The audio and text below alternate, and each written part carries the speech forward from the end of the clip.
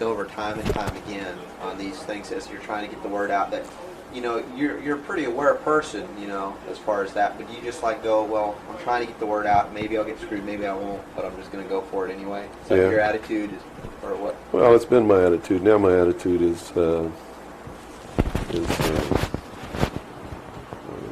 I just don't want that to happen anymore, you know. So I'm very reluctant to believe what anybody tells me anymore. Right. But have you developed an intuitive sense, perhaps, now? I mean, because you know how that can do. It can start shutting you down from certain experiences or certain places where you might need to be. That's true, and to a certain extent, I have an intuitive sense of where somebody's coming from, but it doesn't always work. You know, that's what makes a con man a good con man, is that you get the perception that they're telling you the truth. Okay. And so someone who's really good at it, right, can snow you. Or me, anyway. I don't know about you. Hold on 1 second. Let me grab my...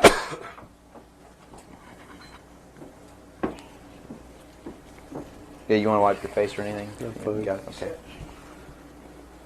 You all right, Robert? Mm-hmm. Robert, you set? Yes, I am. Scott, you're set? Yes. Bill, you ready? Yep.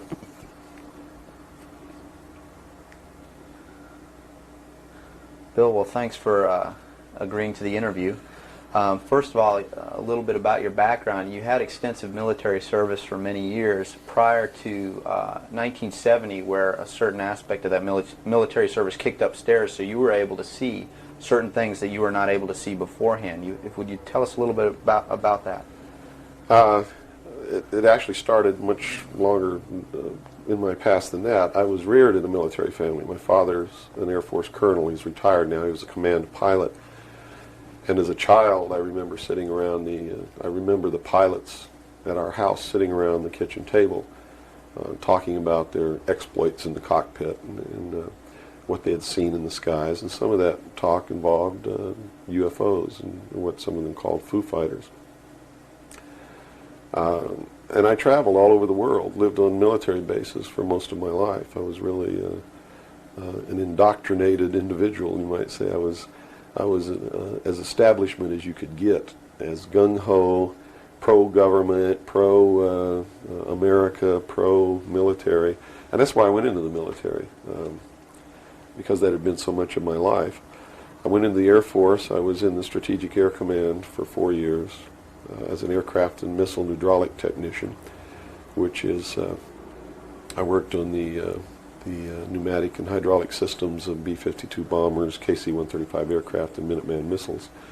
I had a secret security clearance. That's where I saw my first atomic bomb. I mean, we worked around on these planes, especially the ones on the alert pad, were always loaded, ready to go drop these bombs at a moment's notice. But while I was in the Air Force, I met sergeants, men who were older than me, and had been in the Air Force for quite a while, told me that they had participated in projects that had recovered crashed extraterrestrial craft, what you call UFOs. And they never told these stories unless they've had quite a bit to drink. So I never really believed it. I thought, well, these guys are running a scam on me, you know, even though I'd heard about these things when I was a kid. I just still didn't believe in them. They're just so far out in left field. It's not something that you really give any serious thought to until something personal happens, which came later. While I left the Air Force, I went into the Navy, which is really where I wanted to be in the first place. I'd always had this tremendous feeling and connection with the ocean.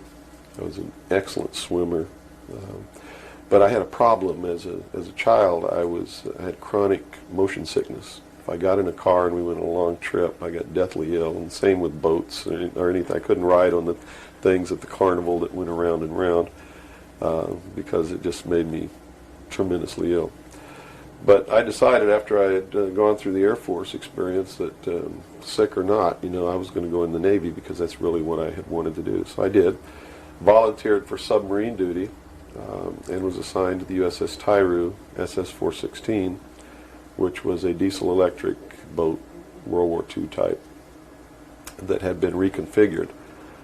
When I went on board the boat, it was in the dry dock at Pearl Harbor Naval Shipyard, and had literally been cut in half. They put in a 12-foot sonar section and then 3 domes on the deck for triangulating targets using sonar. And this was really one of the most up-to-date electronically submarines that we had.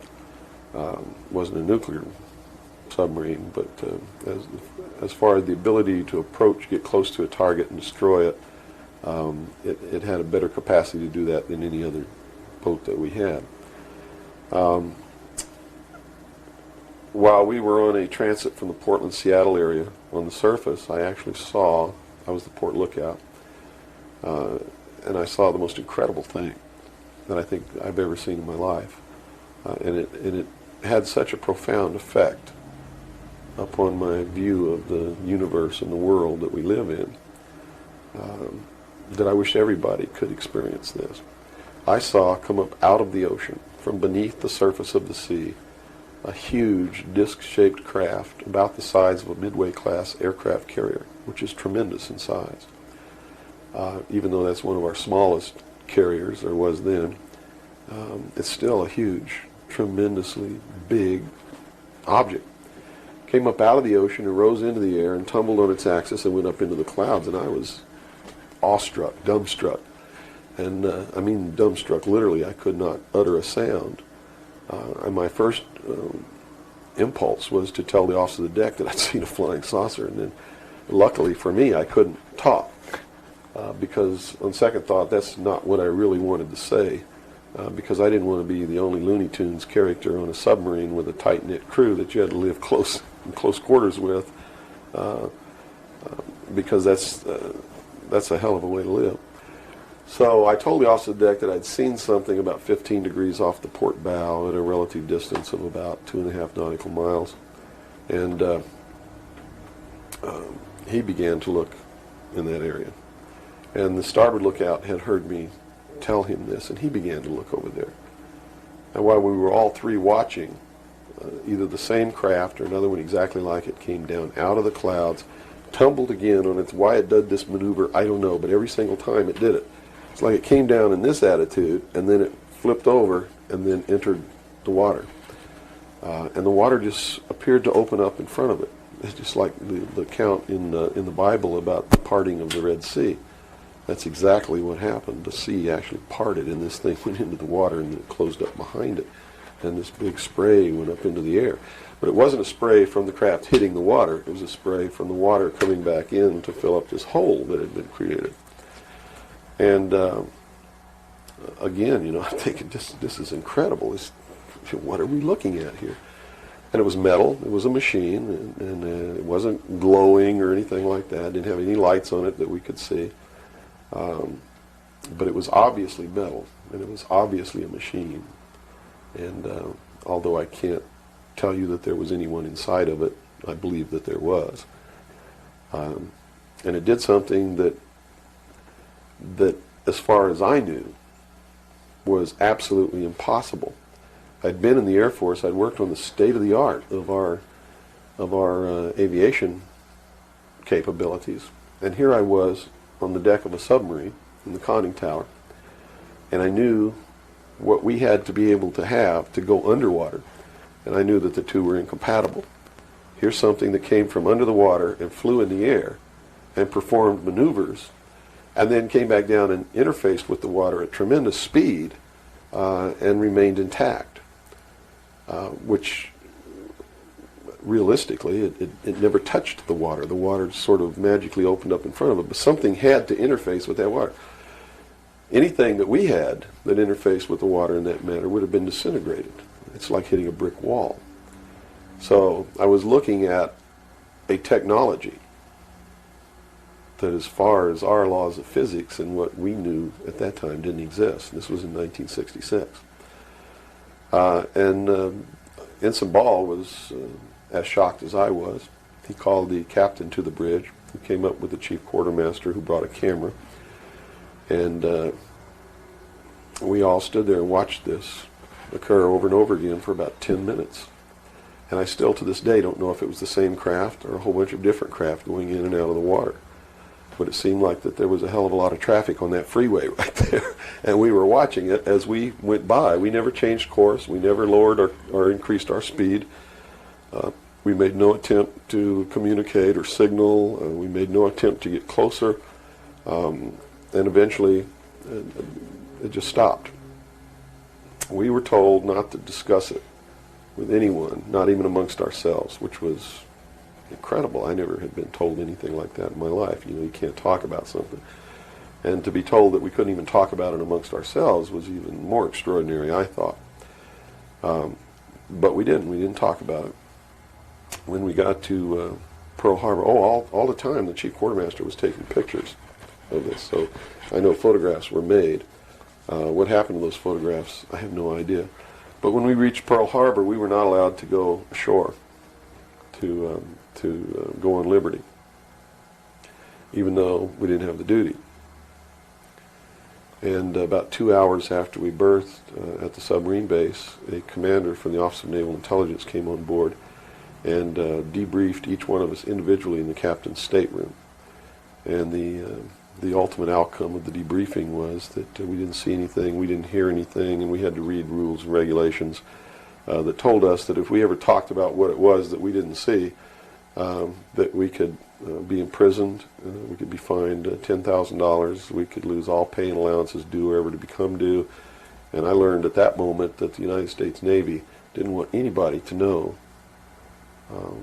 about what we saw, and that severe consequences could come down around the neck of anybody who did. And that was when I understood fully that, yeah, there's a real cover-up. These things do exist, number one, and at least the United States Navy doesn't want anybody to know about it. And there's stiff penalties for anybody who bucks that. Mm-hmm. Moving forward a few years from, 1966, I believe, you gained a special security clearance that revealed to you certain documents, or were revealed to you, or that you saw, yes, relating to this very cover-up. To this and many other things. I was eventually trained by Naval Security and Intelligence, and I was given a secondary NEC, which is Naval Enlisted Code, which was 9545, which is Internal Security Specialist. And an internal security specialist is someone who protects classified information, and protects areas, so to speak. And I had a specialty, which I was trained in, which was Pacific Area Intelligence Briefings. And I was eventually assigned to the Commander-in-Chief of the United States Pacific Fleet, who was Admiral Bernard Clary at that time, and served as a member of his intelligence briefing team. And basically all that means, we really had a wonderful job. You come in about 4 o'clock in the morning and you go through all the message traffic and everything. And what you do is what we did was that we prepared an updated briefing on everything that was happening in his half of the world, which he commanded the naval forces and marine forces, as a matter of fact. And put all this together in a briefing where we would update him on ongoing operations, brief him about operations that were scheduled to begin, political situations, deployment of Soviet forces, naval forces, everything. And after the briefing was finished, between 8 and 10 o'clock in the morning, then we were done, we were finished. So it was what you call fat cat duty or gedunk duty in the Navy. It's got all different kinds of names. It's just really a wonderful job. Now, to be able to function in this job, I had to have a security clearance, which gave me access to the information that I had to need to know to help prepare these briefings. And when I first was assigned to the command, I was attached to the OPSTAT office under Lieutenant Commander Mercado, which was operational status reporting. And while I waited for my security clearance, and it took 6 months to get it, what I eventually ended up with was a top secret Q clearance with an SCI attachment, which means sensitive compartmentalized information.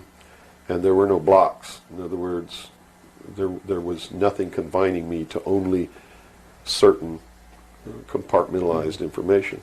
I had access to whatever the admiral and his staff had access to, because we had to prepare briefings and brief these people on all of these things. And I'm sure that at first I was tested and wasn't shown a whole lot, but eventually, when they began to have confidence in me, I began to see things coming across my desk that were just absolutely incredible.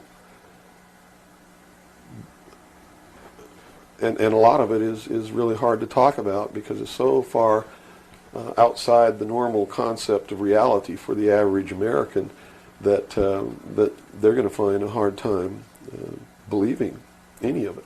Mm-hmm. But I saw documents that were labeled under the classification top secret, and the compartmentalized, the compartment that was put into was called MAJIC, M-A-J-I-C, which told me that UFOs are real, which I already knew. I'd seen one. Right. But this went farther than that. It told me that they were extraterrestrial in origin, that there were 4 different extraterrestrial species or races visiting this Earth, and that they had actually entered into an agreement with the United States government with one of these species of alien beings to exchange technology, and it told me all the projects that was underneath this. Project Red Light was actually the testing of extraterrestrial craft. Project Plato was a diplomatic project. Pounce was the recovery of technology. Pluto was the application of that technology to our own secret space program, not the public space program. There are 2 different space programs. One is what the public gets to see, which is overseen by NASA, and the other one is a secret space program that nobody gets to see, which is really overseen by the Navy Department under specialized compartmentalized black projects. And what these people are doing in secret is just absolutely incredible. I also saw documents under an operation called Operation Majority, which outlined the plans to bring together a one-world government, and also included extraterrestrial information within that. Project Grudge, which was the second project. First was Sign, and then Project Grudge, which contained all of the extraterrestrial information up to a certain point. I forget the year cutoff. And then it was contained after that in another project called Project Aquarius, which was the accumulation of the whole history of alien interaction on planet Earth. But I have to say at this point that I don't know if those documents were really telling the truth or not. They could have been showing me these things so that eventually I would go out and talk about this. And maybe that'll become clear to you later why they may have done that. It could be real.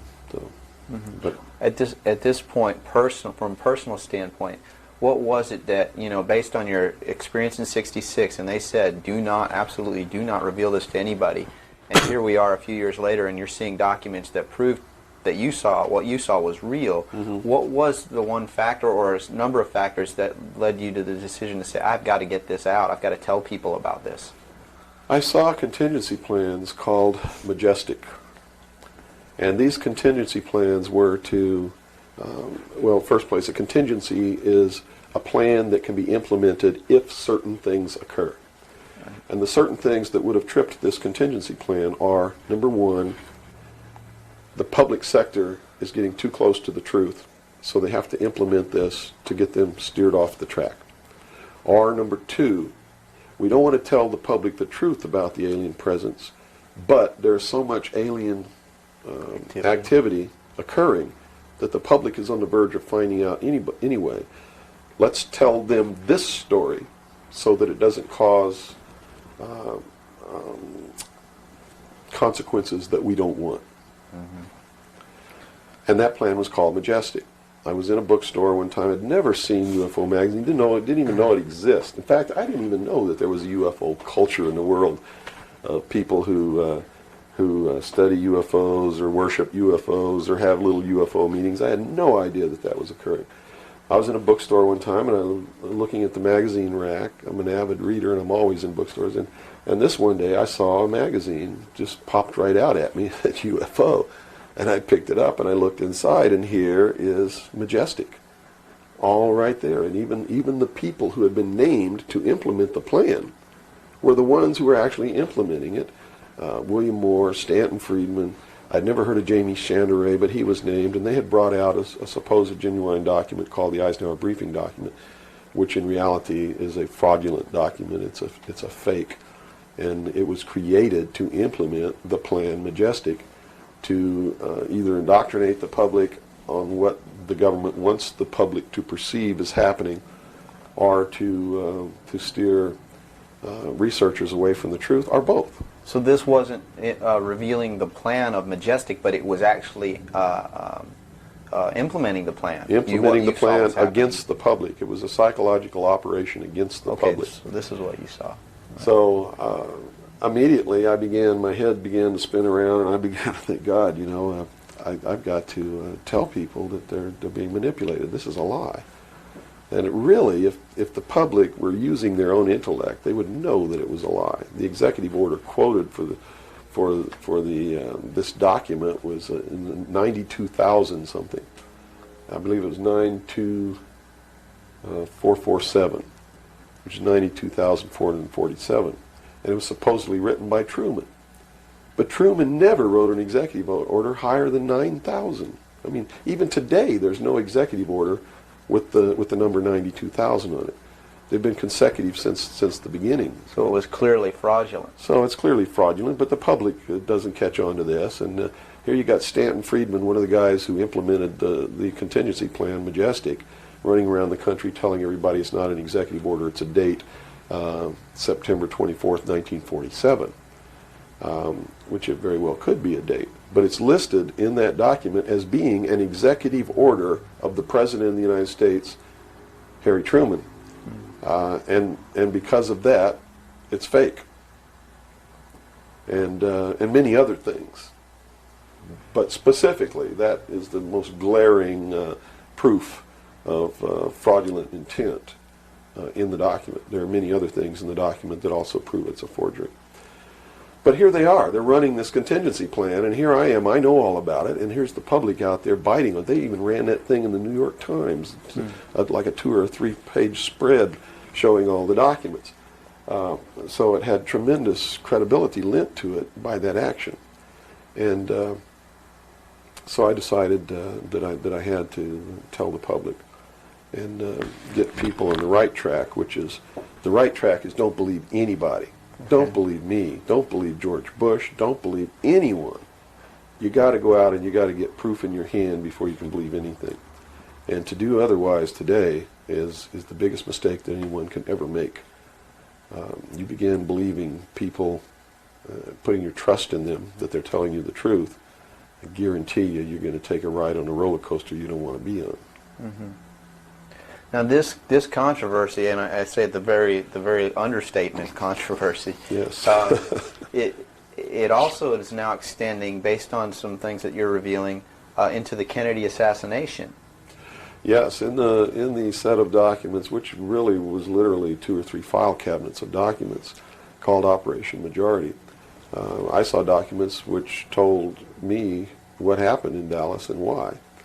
And basically what these documents said was that the intelligence community felt that John F. Kennedy was a threat to the national security, which translated into reality means was a threat to the New World Order, the one world government which they were actively in the process of forming.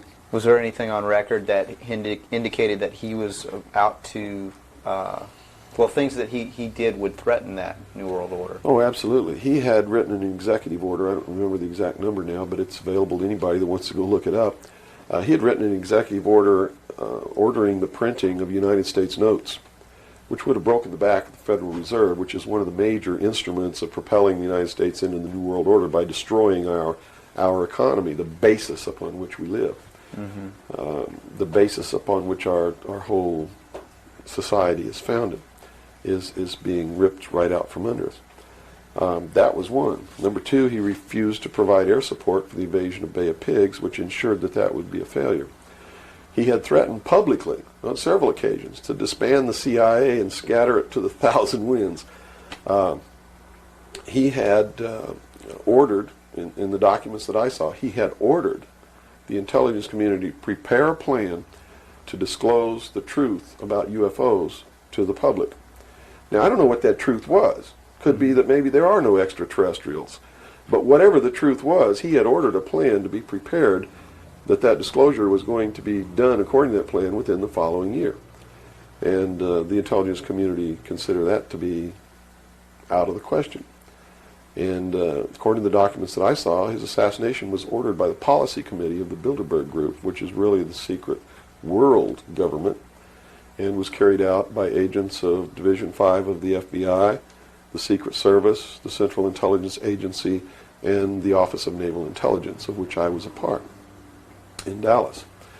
And it said that the assassin, the man who actually administered the head wound, was the driver of the car, William Greer, a Secret Service agent, who used an assassination pistol built by the CIA for assassinations that was really an air gun that fired an exploding pellet or could fire a small hypodermic needle or a poison dart, using any one of many different deadly poisons. Specifically, it said that he fired an exploding pellet which contained shellfish toxin, and that the act was plainly visible in a film withheld from the public. I looked for 16 years to find that film, and I finally found a copy that showed William Greer turn around and shoot the president. And since 1988, I've been showing that film wherever I'm able to show it to wake people up. It is not our government, though you have to understand, that is doing these things. It is not our government that's failing us. It's not the Constitution or the Bill of Rights that's a bad instrument. It is a group of men who belong to secret societies, who have infiltrated our society and our government at all levels and are destroying it and subverting it from within. And every member of naval intelligence that I knew who was an officer was a 32nd or a 33rd degree Freemason. And I asked my commanding officer at one point, I said, why are all you guys Masons? He said, Masons are used to keeping secrets. It's part of their fraternity. So if you want someone who already knows how to keep a secret, you recruit Freemasons. Well, later on, I found out what the truth is. The truth is you're not going to be a naval intelligence officer unless you are a Freemason or a member of the Ancient Order of the Rose and Cross, but you have to be high degrees for that. I think the reason I was selected as an enlisted man is because I had belonged to the Demolay Society. Which is what? As a teenager. That's sort of the first level of Freemasonry. That's how they recruit teenagers and indoctrinate them into their principles so that they go right into Freemasonry when they become an adult.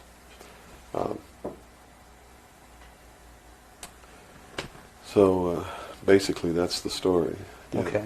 Well, based on the information that you're revealing, which would seem to be equally or if not more of a threat than what Kennedy was originally planning on doing, is actually revealing the underlying cause of all of this. Why is it that you are here today, or how is it that you are here today and you're not, conveniently taken away and put in a padded cell somewhere so that you can't speak of these things?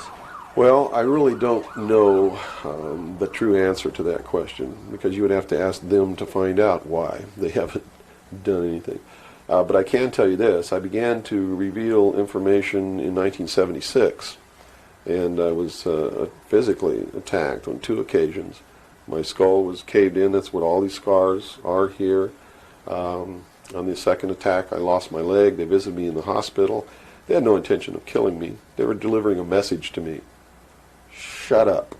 And that was the message that came through loud and clear. And 2 men who identified themselves with identification cards who belonged to the Defense Investigative Service, which was really the Defense Intelligence Agency, asked me if I was going to shut up or they were going to have to do it right. And I told them, I said, you don't have to worry about me. I'm going to be a good little boy for the rest of my life, and yeah, I'm going to shut my mouth. And I did for 16 years, kept silent until I saw this UFO magazine in a bookstore, which indicated that they had implemented the contingency plan called Majestic. But if you want to know what I think the reason is, I believe that there are several. One, they've had a plan that's been in force since the 40s to debunk, ridicule, destroy anybody who ever talks about these subjects. And the public has been thoroughly indoctrinated that if you talk about any of these things that I'm talking about, you're just another nut. So the public, by and large, doesn't pay any attention to it. So in that sense, I'm not a threat. If the president had come on television and said, hey, this is what's going on, then they would have listened and they pay attention to it. But people like me, they perceive me as being just another loony bin, fruitcake, nut, which I assure you I'm not. But that's the perception that they've been brainwashed into believing. And so that's what they believe. Number two, I am so much in front of the public from the very beginning when I began to talk. And that's how I protected myself, or at least that's what I thought would protect me, and so far it's proven to be right, was that if I got literally in front of the public overnight, in front of a large public, that they wouldn't do anything to me because it would substantiate what it was that I'm saying. And they certainly don't want to do that. It would also create a martyr, and martyrs create tremendously dangerous political movements that they don't want that either. So literally within a 24-hour period, I spent $27,000 mailing a thick packet of information all over the world to people I'd never heard of, didn't know. We went down and got some mailing lists and just mailed this stuff all over the world. And so literally, when people opened these packages in their mailbox, and it was a perfect plan because they couldn't stop it. They didn't even know I was going to do it in the first place.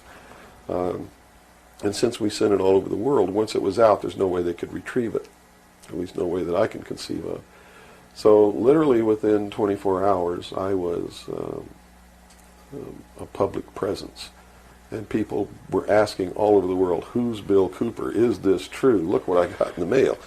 And just literally flipped the world over on its ear. And I've been in front of the public ever since. So I think basically those are the reasons. They don't believe that the public's really going to listen to me, and so far that's been true. There is a small group of people all over the world who are awakening, who are beginning to understand that they've been living their life in fantasy land, and who are actively seeking the truth.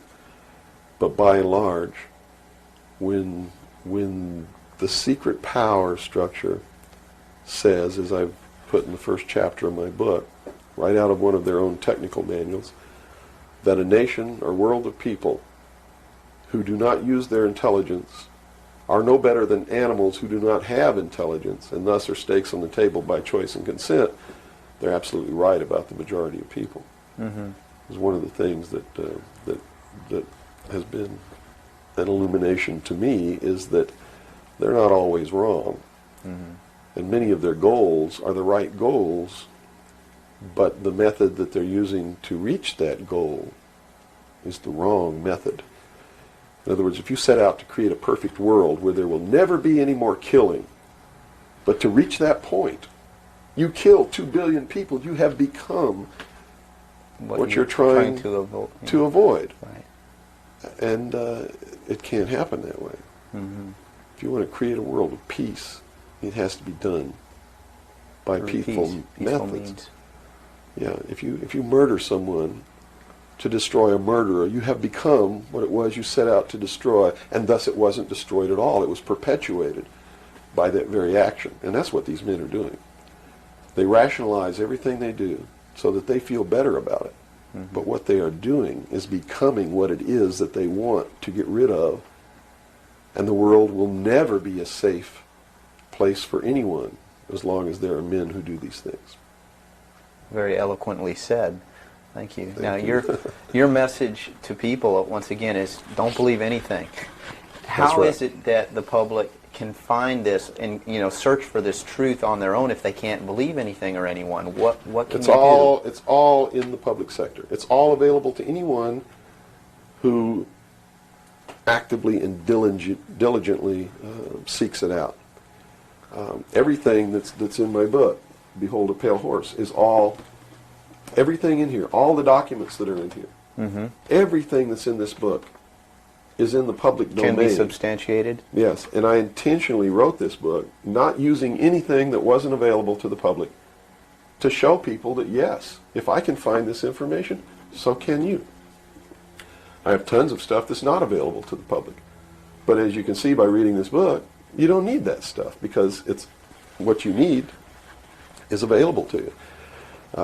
Public libraries are overflowing with the proof of what's really going on in the world, but nobody really utilizes it to the extent that they're able to pick this out and put it together.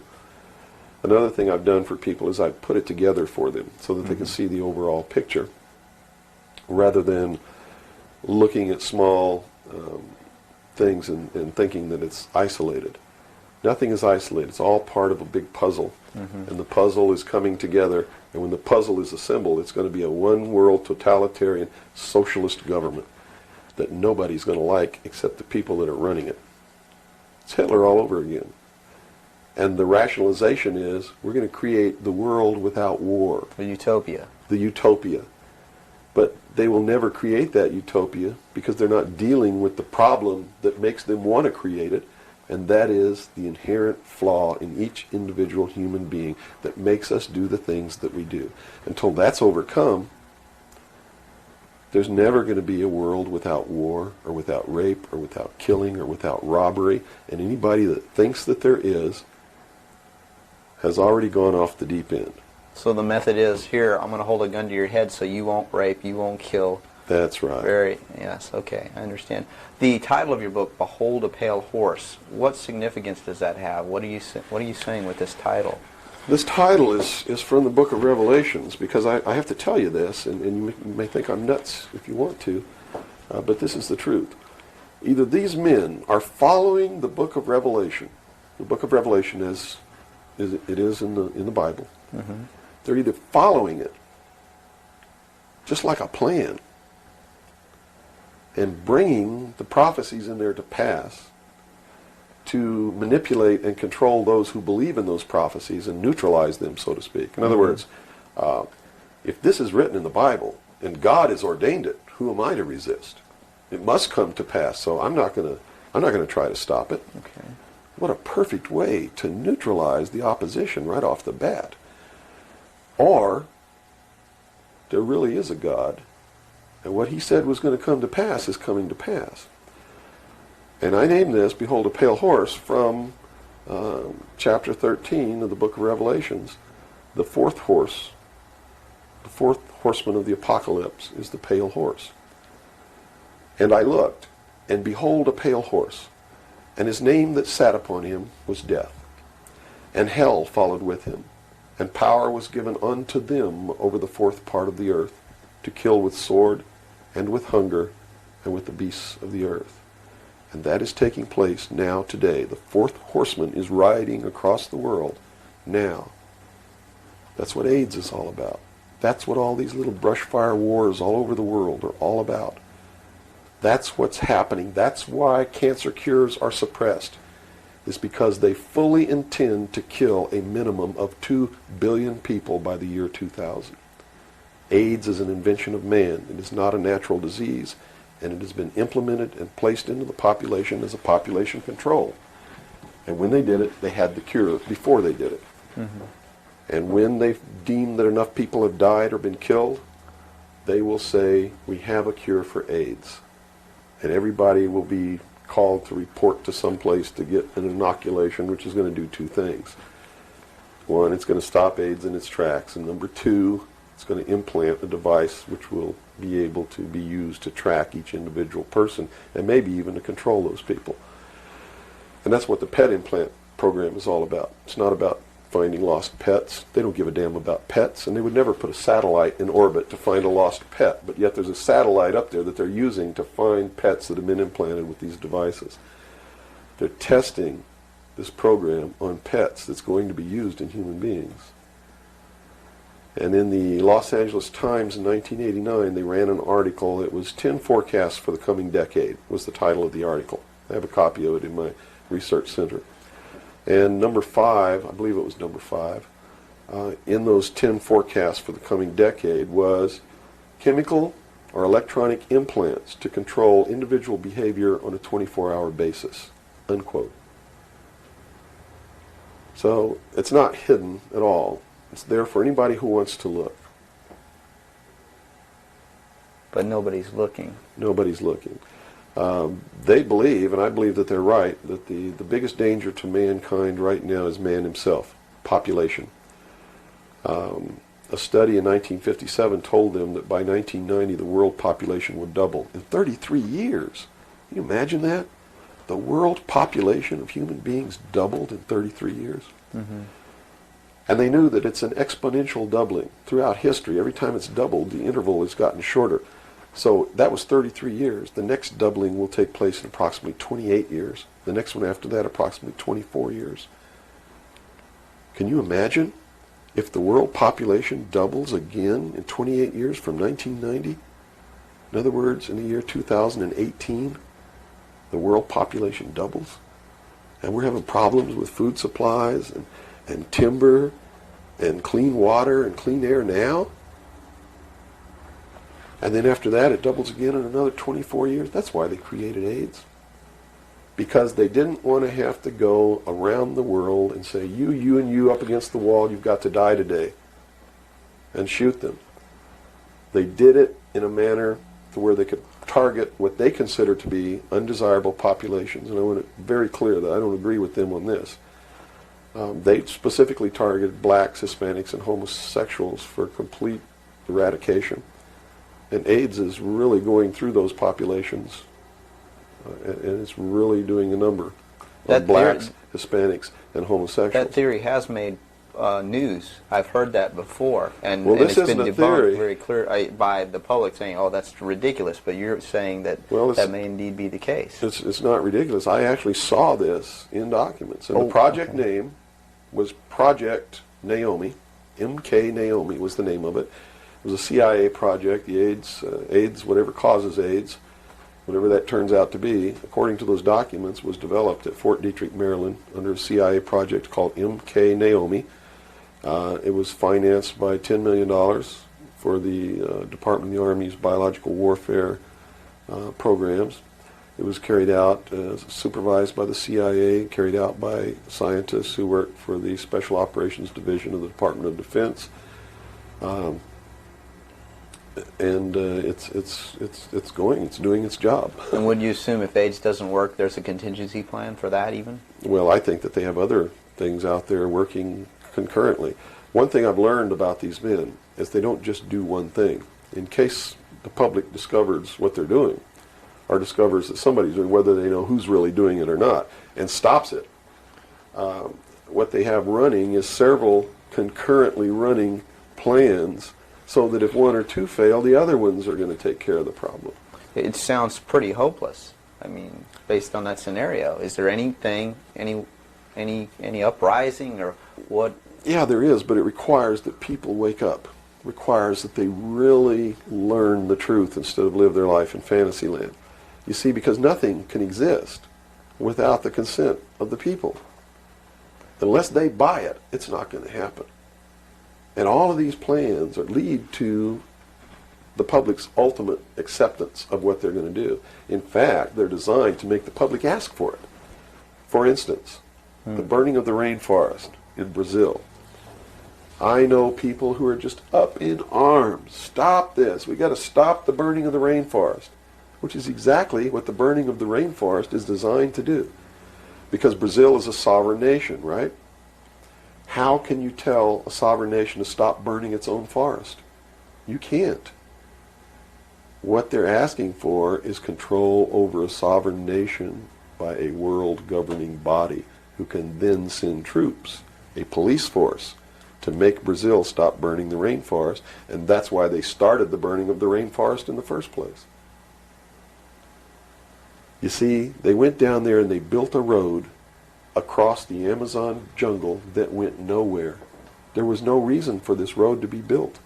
There was no place to go. It doesn't go from here to a city on the other side. It just goes across the jungle and ends. And they built this road, on purpose because they knew that most of the people in Brazil are so dirt poor that they would see this road as the answer to their prayers. Free land, free timber, a way to support their family, a way to become wealthy, or at least more wealthy than they were, which was no wealthy. Mm-hmm. And that's exactly what happened. Millions of people headed out down this road and staked out some land and burned the forest and tried to grow crops. And they found that rainforest is no good for growing crops. It'll grow one crop, and then you got to go burn more trees and plant another crop because the soil is poor. And that's what's happening. Mm-hmm. And that's why the forest is being burned. And it was done intentionally to create the scream of stop burning the rainforest so that then they could offer the solution. The solution is a world governing body that can then order and enforce that order of Brazil to stop burning So the the rainforest. green movement worldwide is Is a now just manipulation. a manipulation Yes. of.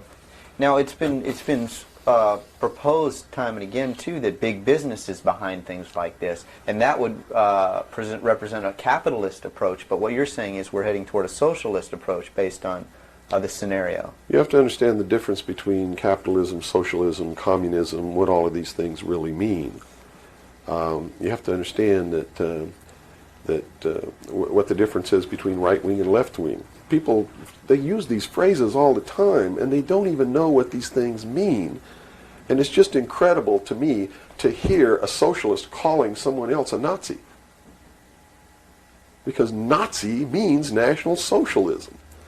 So here's a socialist calling a right-wing guy a Nazi, when what he should be calling the right-wing guy is anarchist. People on the right want no control. Mm-hmm. They're really anarchists. So Okay? they would, in theory, then, or in fact, be in opposition to this ultimate movement. Yes. Whereas in appearance, they would be the ones behind it. Well, when you have a misunderstanding of what the terms mean, yes. Okay. Right wing on the far right is total anarchy. They don't want anybody controlling anything that they do, and they believe that people are responsible enough that the world can exist without government, Okay. or the very minimal government that it would take to. On the far left, on the other hand, they believe that the government should be in total control and should be supply man with all of his needs. Well, creating a whole society that's dependent. Right. A republic is somewhere in the middle. It's governance by laws. Laws are decided by representatives who are elected by the people. And according to the theory, the representatives will do what is right, whether they get elected or not, because it's not really a democracy. A democracy is far left. People don't understand. We don't live in a democracy. This country is not a democracy. It is a republic. A democracy is ruled by the mob. The mob always votes themselves every kind of benefit that they can vote themselves. And whenever you do that, it means large, tremendously overpowering government in control. They vote themselves into dependency. That's it. They Okay. vote themselves into a dictatorship is what they do, where they lose all of the benefits that they intended to vote themselves into in the first place. Okay. And democracies are extremely dangerous to minorities, because if the majority of people don't like you, Right. they're going to vote that they kill you, and they can, that's it. Democracies are dangerous. Democracies are socialists. Democracies are communism. That's what communism is. The definition of communism is everybody doing according to their talents and receiving according to their need. And it doesn't work. We already know it doesn't work. Men, by his inherent nature, is greedy. So those at the top always end up having everything, and those at the bottom end up having nothing in communism. Socialism is different. Socialism usually ends up in a dictatorship, in a very controlling dictatorial government which even owns the people that it governs, so that those who live in fear of not having are provided for what they need, and in turn they worship this oppressive government. Socialists are children who went out into the world, took a look around and said, I can't handle it, and went home to Daddy. Okay. Daddy, protect me. Daddy, feed me. Daddy, loan me your car. Daddy tuck me in at night. Socialists are scared little children who are irresponsible, can't stand on their own 2 feet, and need Daddy to take care of them. Okay. Okay? Now we got the... But what happens when you go home to Daddy and Daddy does all these things for you? Tell me. Well, you never leave the home. You've not got no reason to. In other words, if you're being provided for in that way. You're being provided for, but what does it mean? Doesn't it mean that you have to do what Daddy tells you to do? True. Doesn't You're mean you under have to his be in rules. when Daddy tells you to be in. Doesn't it mean that you can't drive the car to the next town if Daddy tells you you can't. Doesn't it mean that if Daddy tells you to take out the trash, you better take out the trash? Are you beginning to understand the concept? When you ask for favors from Daddy, you have to give up freedom in return. Right. Okay. So socialism always leads to repression of liberty, freedom, equality. All of those things fly out the window so that you can have free health care, Mm-hmm. so that you can have a place to live but you don't have to pay the rent, so that you can have food given to you by the state. And that's where we're headed. Right in this country right now, we're almost totally socialist, and now people are screaming for a national health care policy, Right. health care insurance. Now, the other aspect, once again, I'd like to go into is the anarchy or the right wing, which we just into that similar. Anarchists believe that they can be responsible, that they won't hurt other people, Okay. that your freedom never ends until it begins to infringe upon someone else's freedom, and that no one should have any control over that there should be no speed limits on the highways. Mm-hmm. The problem is that, again, just like on the socialist side, you have people over here that are human, and human condition means that ultimately somebody's not going to be responsible, that they're going to drive too fast when they've had too much to drink, and they're going to kill innocent people. The answer is a balance. You know, the law of the universe says this. It's a law of physics, really, and everybody can understand it. For every action, there is an equal but opposite reaction. There can be no good unless there is evil. There can be no man without a woman.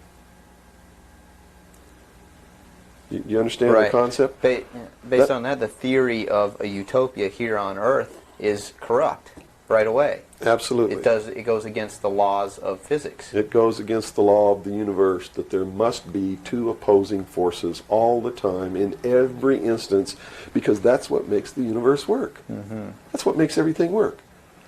What we need to do is stop trying to go way over here and establish some utopia of freedoms, or way over here to establish some repression of freedom so that we make sure that we got something on the table to eat. Mm-hmm. And strike a balance between the two that works. And stop withholding information. What makes it difficult for anyone to succeed or live, or for us to really come together and have peace in this world, are all of these people who think that they are the guardians of the secrets of the ages and have only them have truly mature minds, so only them are worthy of knowing the secrets and the real science and the real metaphysics and all of these things. So they repress it and they keep it secret. So the rest of us live out our lives and we don't know the truth of what life is really all about. Therefore, we're always stumbling over each other and getting in each other's way and doing the things that we profess that we don't want to do, Mm-hmm. simply because we don't have access to the truth. If we had access to the truth... Now, I got to tell you this. Back when these men first began establishing these societies, these mystery schools, and suppressing information, the common man was uneducated, did not have an intellect capable of understanding these secrets. They were really beasts of burden, for the most part, Mm-hmm. and they lived their whole life in toil. Right. But things are not that way now. Most people have a good education. They have a good mind. They're capable of understanding if they're taught, and if they're taught correctly. And I think it's time to teach people what the truth is and quit hiding it, so that we can come together as one humanity and make a balance and live together in a balance.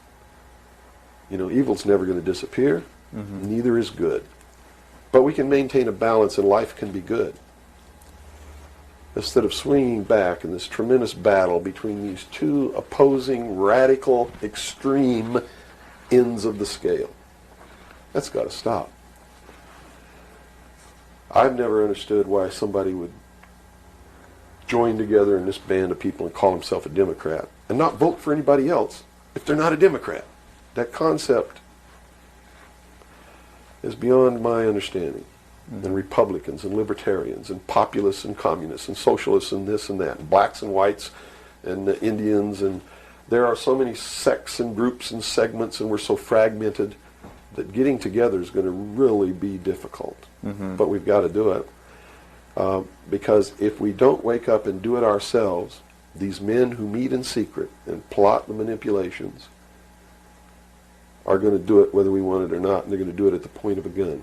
And they're going to take away everybody's freedom because they don't consider us responsible, Capable of having that freedom. are capable, are even of using our intellect. So they'll put us in shackles and control us and force us to be peaceful. That's what the plan is, and that's what the New World Order is all about.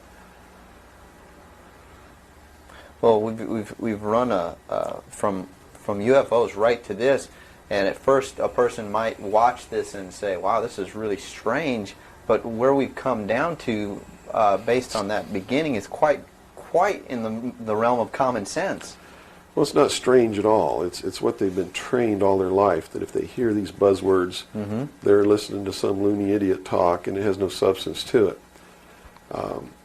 Once they get into it, though, and begin to understand that everything is interconnected, it's leading us toward one end, a one-world totalitarian socialist government, and begin to see it coming to pass all around them in their life, and understand that nothing happens by accident.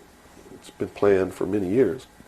Then they begin to understand that UFOs play a big role in this.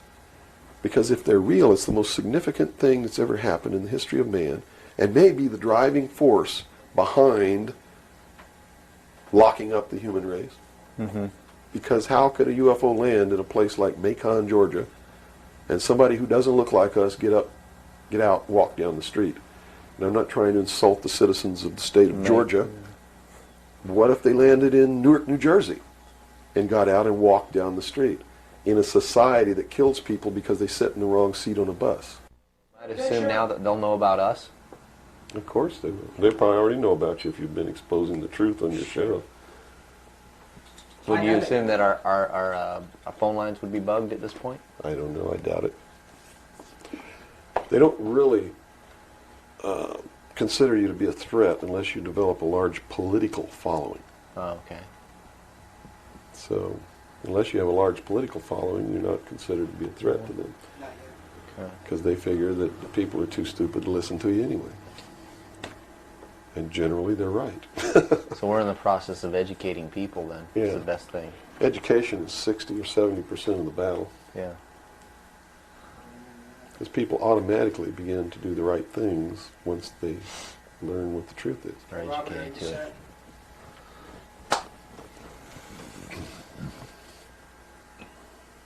Yeah. Hold on. Okay, I got it. Ready? Ready. Okay, go ahead. Let's go back into the Kennedy situation here. Now, the Warren Commission was highly publicized. All the things that went on there. I was shown a videotape just yesterday of was it a Zapruder film? It is the Zapruder. Okay, and it clearly showed to me that a number of things. One in which that the film was obviously tampered with. Absolutely. but not tampered with to the point where I couldn't tell that the driver of the limousine was pulling a gun, or what appeared to look like a gun, around his shoulder and shooting President Kennedy in the head. That caused his head to snap back. Did the Warren Commission see this? It seems so. The Warren Commission never looked at the Zapruder film, ever. So they never saw it. Now, I don't know who testified during the Warren Commission about the Zapruder film, if anybody did. But I do know that later at the investigations of the House Select Committee on Assassinations, that a man was specifically hired as an expert witness to view the Zapruder film and tell the committee what it showed. And that man's name is Robert Groden. He wrote High Treason, which is a bestseller out now on the Kennedy assassination. And he was one of the many so-called technical experts for the making of Oliver Stone's film called JFK. He's also a fake, a fraud, a traitor, a liar. He was hired by the House Select Committee on Assassinations based upon his resume, which says, very simply, that he is the world's foremost #1 photo analyst, which is a lie. He never went to school in photography. He never was a photographer. He never was a photo analyst. And I got to tell you right now that the world's #1 foremost photo analysts are all come out of the military intelligence community, who are trained to interpret high altitude photography and learn what really is there. He never served in that capacity either.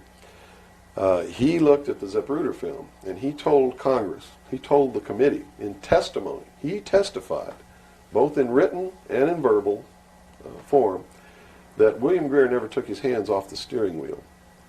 And that's a blatant lie. I mean, anybody can look at the Zapruder film and see that William Greer takes his hands off the steering wheel.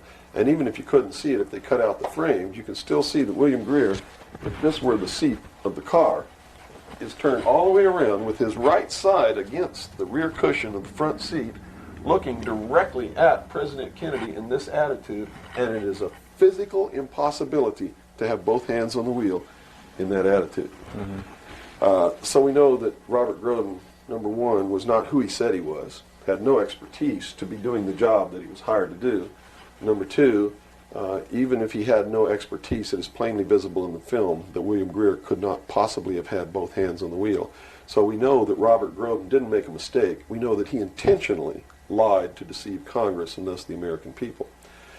And what's real strange about it is he's been very active in the research community, supposedly exposing the assassination of President Kennedy. But if you look what he does, he is constantly coming up with new theories, supposed new evidence, most of which is fake. And in his book now, High Treason, he makes a statement that Kennedy was probably hit from the front and the rear at the same time. His job is to keep the American people confused and propagate the lie that our government is no good, that it's our government who assassinated John F. Kennedy. And I'm here to tell you, it wasn't our government. It was the secret societies known as the Illuminati, the Knights Templar, the Freemasons, who assassinated John F. Kennedy. And the proof is right there for anybody who wants to see it. William Greer was a Freemason, #1. He was the Secret Service agent who shot Kennedy.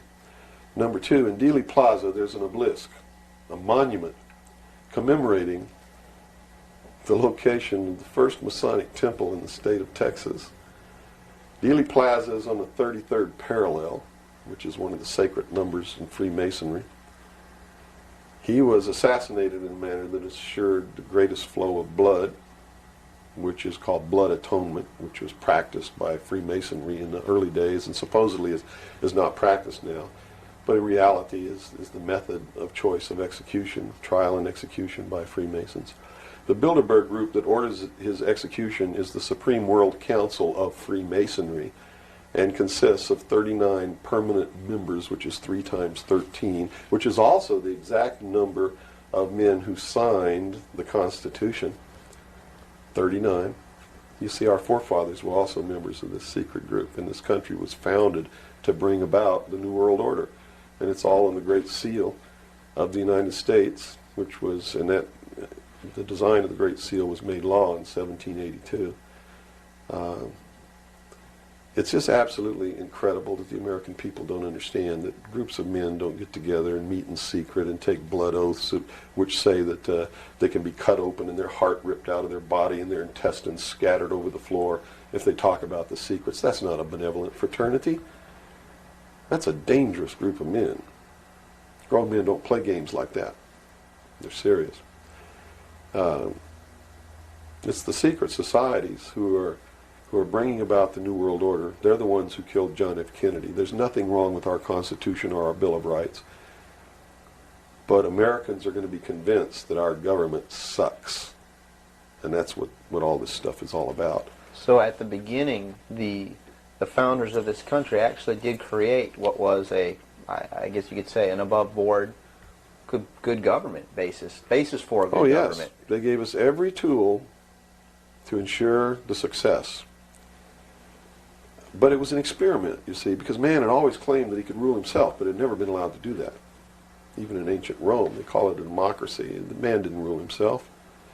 He was ruled by other people who made man think he was ruling himself. But the truth was, a Roman centurion could march down the street and grab anybody they wanted to and make you do whatever they wanted to, or just execute you on the spot. And that was the truth of the matter. Those weren't free people. In the history of the world, there had never been a people who were truly free or who truly ruled themselves until the United States of America was created as a republic by which we ruled ourselves through elected representatives whom we sent to the State House, either in the states or to Congress, to do it. They also gave us every tool by which we would destroy ourselves if we weren't capable of doing it. The United States and France, the revolution in this country and the revolution in France, were created to bring about governments which would function as the antithesis to the kings and queens of the world and cause them to topple off their thrones. It also gave man a chance to prove once and for all whether he could rule himself or not. And if he could, fine. That would be the New World Order. If he couldn't, they built the tools into the Constitution to allow them to take it away from us. And those tools are the creation of the federal democracy within the boundaries of Washington, D.C., and the right to contract, through which, if we were irresponsible, we would contract to receive rights from that federal democracy and thus, in return, give up our freedom. And that's exactly what's happening. It's exactly what we've done. John F. Kennedy was short-circuiting the New World Order. He had ordered the printing of constitutional money, United States notes, which would have destroyed the Federal Reserve, which is not an agency of the United States government. It's a private corporation owned and operated by the world bankers, controlled by the Illuminati. And its purpose was to destroy the middle class in this country and thus our economy, and throw us at the mercy of the New World Order. And we see this unfolding now. You see it unfolding now. You are seeing, and I predicted this well in advance, you are seeing the destruction of the economy of the United States. And it will continue. It will not get better. It's downhill from here on out. Unless we nationalize the Federal Reserve, lock up the criminals who own it, cancel the debt, which will then bankrupt the Illuminati, which is exactly what we ought to do, print constitutional money, which cannot be usurped, which cannot lead to our destruction, and go back to what we're supposed to do, and quit contracting for benefits. We're escaping from the laws of nature, and there's a terrible consequence for that. Mm-hmm. Terrible consequence. We have to function within the laws of nature. You can't contract for somebody else to keep you alive. You have to be responsible within your life to keep yourself alive. Mm-hmm. And if you can't do it, then you have to die. That's the law of nature. You see. Kennedy also did a lot of other things. I mean, he was a believer in the Bible. These men who are bringing about the New World Order don't believe in the God of the Bible. They believe in the God of light, Lucifer, the angel of light, who was flung down to the earth and became the Lord of the world. That's their God. That's why everything they do goes against what people know to be the right thing to do. They believed that man was held prisoner by a vindictive, cruel God named Jehovah in the Garden of Eden. And that Lucifer, through his agent Satan, set man free from the bonds of ignorance to which he was chained to the Garden of Eden, and thus brought the gift of intellect, wisdom, to man, and thus is the true benevolent God. And man, with his intellect and his wisdom and his knowledge, will create technology which will elevate man to the position of God. And all this is allegorical. Don't take the story literally. You see, because it's all allegorical. They believe that intellect, reason, is the light, is the true God, is what makes man God. And I'm not going to debate the right or wrongness of that, because who the hell knows? But I can tell you that they pervert whatever it is that might be divine about their philosophy by becoming what they profess They to want destroy. To destroy, yes. And so, in their zeal to bring about the New World Order, they destroyed the political will of the nation when they assassinated John F. Kennedy, which has furthered their goals, because it made a lot of people feel so helpless Right. that, God, if they can kill the president, who am I? You know, what can I do? I'm just one lonely, helpless person. So they quit voting. They abdicated their power. And, of course, through agents like Robert Groden and many others, Oliver Stone, they're being convinced that our government sucks, that our government is the problem, that the Constitution doesn't work, that the Bill of Rights aren't real. We're playing right into their hands, in other words. We're playing right into their hands, because there's nothing wrong with the Constitution or the Bill of Rights or our government. It's the people. You see, it's been infiltrated. And from within, they are eating at the heart of this nation like a cancer, this secret society. They are destroying it. They are subverting it. Our Constitution has not been allowed to work since 1945, and maybe even earlier. And they have been working behind the scenes to bring about a one-world totalitarian socialist government with the Communist Manifesto as its platform, through the United Nations, which was created by this nation from an older organization called the League of Nations, which was the original foundation. And at the highest levels of our government, the Constitution's already been scrapped, and they are working under the aegis of the UN Participation Act and the United Nations Charter. Which says what? Which says that there are no rights, there are only what you call privileges. And privileges can be granted or taken away at will by the state. Quite frightening scenario. It's a very frightening scenario, and people better wake up to the fact that unless they wake up and do something about it now, there's only going to be one alternative. And that's either take up arms, restore the Constitution, and the blood will run in the streets of America, or reach down and put the shackles around your own feet and march off into slavery peacefully.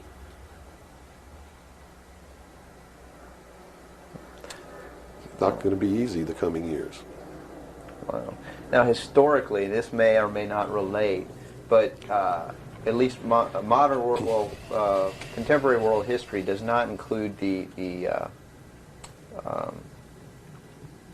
stories of Atlantis and Lemuria that go predate. How does that history, and why was that suppressed, or why is it still being suppressed? How might that affect what we are understanding is going on today, or is it related? Well, I'm not sure if a place called Atlantis or Lemuria ever existed or didn't exist. I don't really know. But I do know that the story that is told about the civilizations that lived there are something that we should listen to, because this whole scene may have played itself out before on this earth. And if you understand the theory, which I believe has been accepted as fact now, of continental drift,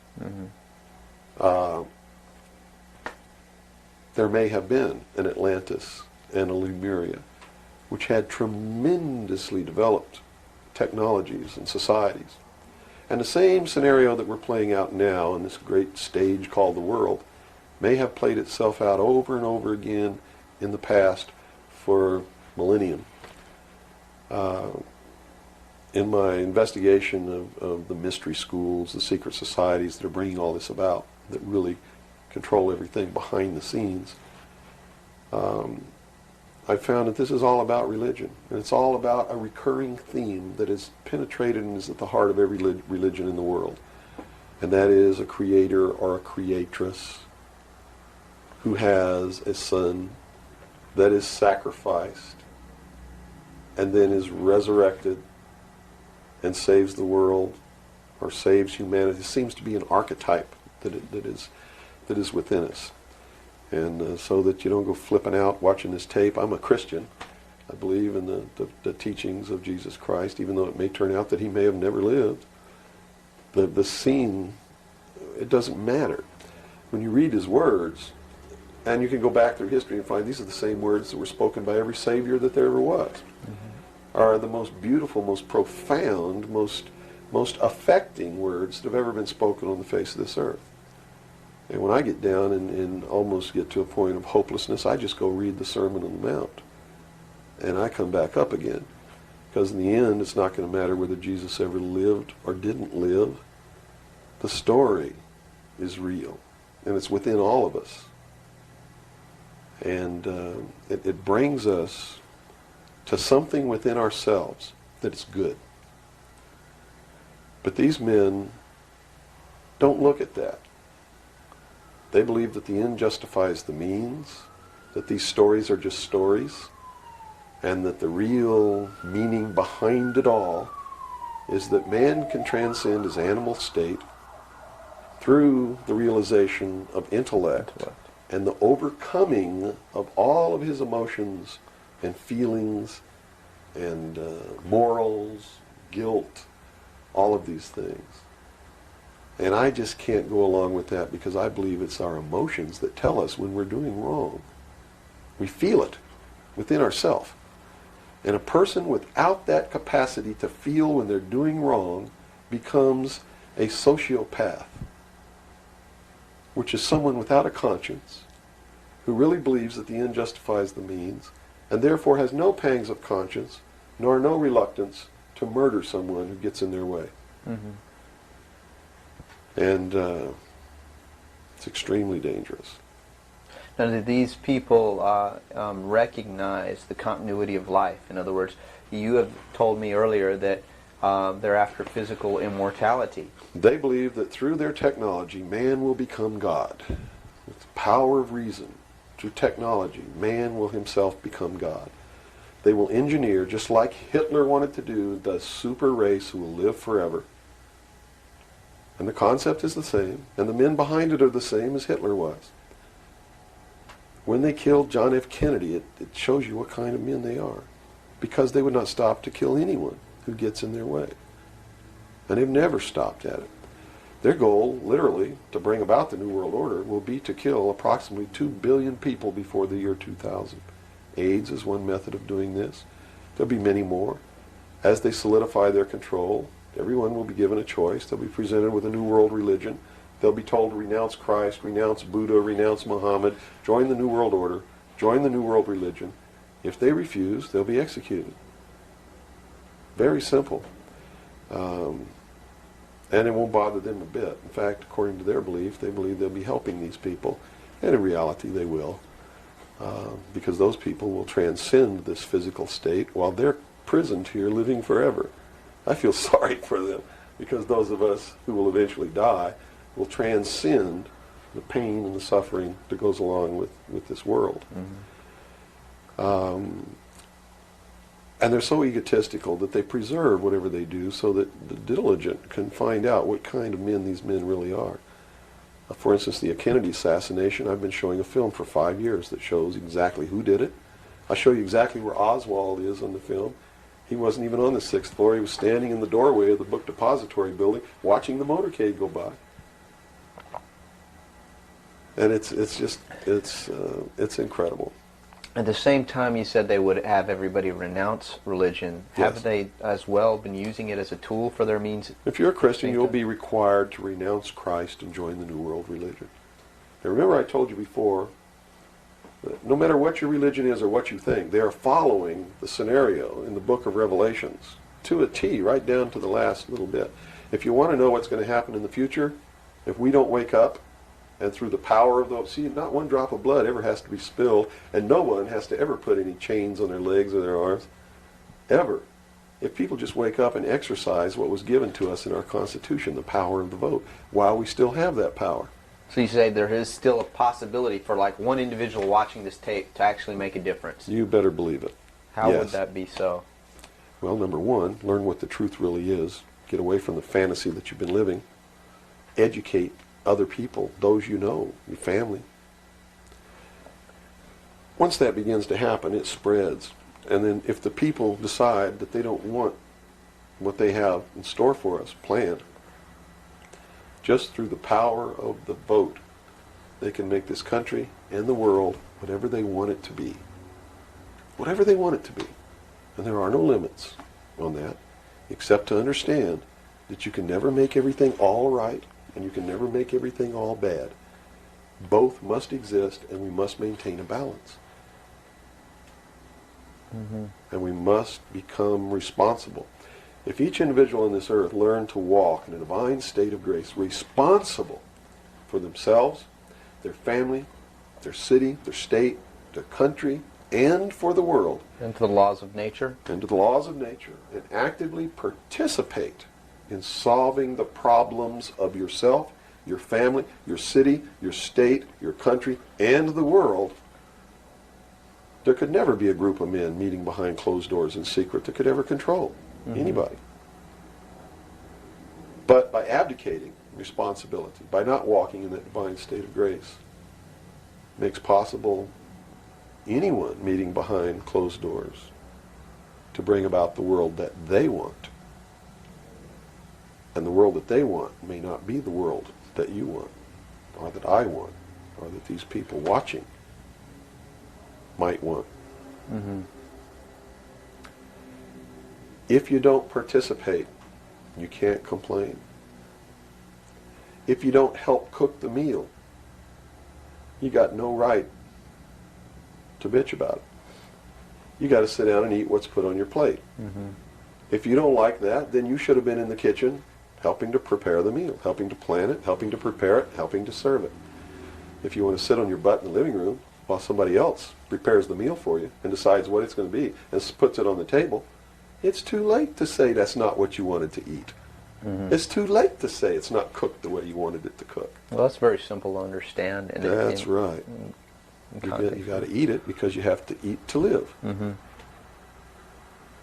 I think that anybody can understand the meaning behind that little story. Okay, let's take a step back to the Kennedy thing now. So This is all about the Kennedy. well, yeah, it is. But just specifically about, once again, I want to bring up the film as well. Another thing that came to my mind when I viewed it is that the two Secret Service men, the driver and the person sitting next to him in the front, regardless of what they claim happened, obviously did not operate in a way that you were trained as a Secret Serviceman to protect the president. Shouldn't they have just driven that car right out of there, and the other guy should have done something to protect or look for who's shooting? You know, it just didn't seem to make any sense. How would the Warren Commission not? They didn't see the film, so I guess They didn't no one see was the brought. film by design, because if they saw the film, they'd have to be responsible for the decision that they made that Lee Harvey Oswald was a lone assassin. Okay. So I think they didn't see the film on purpose because they didn't want to have to be responsible for saying, Making hey, that look, decision. the driver did it, you know. They didn't want to make that decision. And in a letter that Lyndon Johnson wrote to the Warren Commission, he specifically said in the letter, you must quickly identify Lee Harvey Oswald as acting alone with no conspiracy so that America can get back to business. Was Lyndon Johnson acting on behalf of the secret society, or was he Of concerned course. with? He had to know all about it and approve of it because he was going to be the new president. And the new president would be in charge of the investigation. How high see? up a government official do you have to be before you're briefed of this? You know, the total of all the things that are going on, the reality behind them. Well, you have to understand that nobody exists on a high level in government who's opposed to the New World Order. Nobody. Our government has literally been infiltrated. And there's a cancer within our government destroying it, eating it, nibbling away at it, hacking off its limbs. And you said this started in 1945? 1945 What was were the when events? the overt destruction began to occur, when Truman signed the UN Participation Act and the United Nations Treaty. It actually began long before that, when these secret societies began to infiltrate the government and appoint their members to important posts. Infiltration is easy. If one gets in, he can then appoint and hire others to replace people who are not members below him. So now we've had over 50, almost 50 years of this going on. At least, I believe that it started back probably 1913, 1917, when the Federal Reserve Act was passed, when the Council on Foreign Relations became a reality in this country. And you can, by diligent research and study, you can see when it happened, where it happened, who did it, and how it was done. It's apparent. When they say there's no conspiracy, I mean, we talk about a conspiracy. It started out as a conspiracy. But when they say today there's no conspiracy, that's not a lie. It's the truth. They're doing it right out in the open, right under our noses, and we're too stupid to know it, to see it. So it's not a conspiracy now today at all. It's right out in the open. They even published their plans. I mean, here Carter appointed Zbigniew Brzezinski as the National Security Advisor, who just wrote a book before he was appointed declaring himself a Marxist. I mean, you read that book, this man believes in Marxism. This man is a socialist. Not only a socialist, he's an international socialist. He's a globalist. His goal, stated in his book, is to destroy the sovereignty of nations and bring about a one-world Marxist government. Now, the Carter administration was one extreme, and then we came into the Reagan administration, yet nothing changed. Nothing changed. What you're saying is that no matter what the political leanings, they seem to be playing the same game. As long as you're playing their game, it doesn't matter who you vote for, who you put in office. They all belong to the other side. They're in the pockets of the Illuminati. When you quit electing professional politicians, when you quit electing the guy who looks nice on television because he speaks good and he looks like the guy you wanted to marry or something like that, you're playing right into their hands. You know, they made it so impossible for another Abraham Lincoln to get elected to the office of president that it's a wonder that we even have a chance at all. We need to send people to Congress and to government who are going to clean house. Kick all the members of secret societies out of the bureaucracy. Lock them up. Try them for treason. Because they are traitors. So one thing that may help is term limitations. We must have term limitations, and it must be only one term. And forget all this nonsense that anybody goes to Washington don't know what's happening. They don't know what's happening simply because they haven't taken the time as citizens to understand how our government works before they ever go to Washington. You see, it should be a process that starts in infancy and works its way up. And everybody should be taking part in the government. Now, if someone came in to office with this kind of knowledge and with this kind of intent to really push these people out, would they not be eliminated immediately? Not if they have the people behind them, because what the people would do in one fell swoop, in one election, would elect people who've never served in government before, kick the incumbents out, send citizens to Washington. And here's the way it has to be done. You know, right now, you don't even pay your congressman. You know who pays your congressman? The federal democracy of the District of Columbia. The federal government pays your congressman, who's supposed to be representing your state and you. The federal government is a foreign country to your state. Why should he represent you? Not only that, but he moves to Washington, D.C. He maintains a residence here, but he doesn't live here. And as long as you re-elect him, he continues to live in Washington, D.C. forever if you keep re-electing him. So they lose all touch with what's back here. They're paid by a foreign government, the federal government. They're not paid by the sovereign state of Georgia or by you. They have to be paid by you. And they have to live here. They can't move to Washington, D.C. They go to Washington, D.C. for one term. Okay? One term only. When that term's up, they have to come back. And you don't pay them exorbitant funds. You pay them just enough to live on comfortably while they're there. No fancy giant cocktail parties, none of this crap. And you take care of their family. See, they don't take their family either. That's the other clue. They leave their family here, where they live. You, the people of Georgia, take care of their family and their business or their farm or whatever it is they have while they're gone. Now do you think they have a vested interest in representing you? They sure would under those conditions. But under the conditions they go under now, they have no interest whatsoever in taking care of you. Now let's look at the current They're taking care of themselves. the current crop of presidential candidates. Is there anybody even running that represents something that we're talking about here? No, all of them are New World people. Tsongas, in his book, even everything that he's written touts the New World Order. All of it, right for Tsongas's literature. They You're going to see New World Order, New World Order, New World Order, New World Order. Clinton, the governor of Georgia, was selected in 1991 governor by of the Arkansas. governor of Arkansas, was selected in 1991 by the Bilderberg Group in Baden-Baden, Germany, to be the new president of the United States. Remember what happened to Gary Hart? What did he do? He went out on a boat with a woman who wasn't his wife, and he was destroyed. Look at Clinton. What's happened to him? Nothing. The press is on his side. They're helping the guy. You know why? Because he was chosen by the people who own the press to be the next president of the United States. Now, I don't know if he will be or not. That's up to the American people. But if they get their way, he will be. Bush is one of the most heinous criminals that's ever walked on the face of the earth. Bush is the man who's been a CIA agent since his college days. He's a member of the Skull and Bones, the Russell Trust.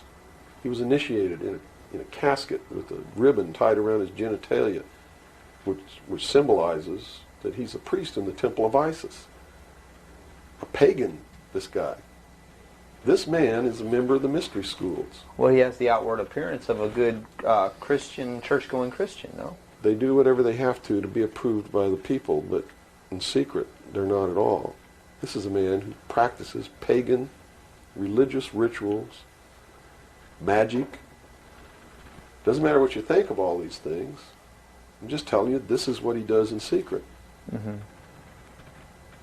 He is the man who, when he was chief executive officer, when he was president of the offshore division of Zapata Oil, organized and began the first large-scale drug smuggling operations into this country.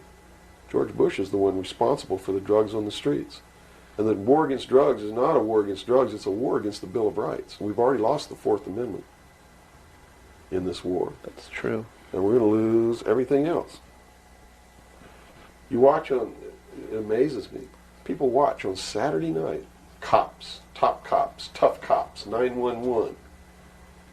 All of these stories that are glorifying the police state, and they're falling right into the manipulation as they watch police with no search warrant, with no court order, break down people's doors, tear out their walls, rip open their mattresses. All in the name of the war on drugs. Pretty sneaky. It's pretty sneaky, all right. You see them stop people in the streets, and the guy's got $400 in his pocket. They don't press any charges. They didn't even have any reasonable suspicion to stop the person and search him. And what do? They take their money, and they don't give it back. And America's watching this. And the stupid idiots, yes, you stupid idiots, you sit there and watch it, not realizing that when you take away that man's freedom, you've also taken away your own. You see, because they can do the same thing to you. Just because you talk a way that they don't like you talking, or because you wear red shoes and they don't like red shoes, they can do the same thing to you.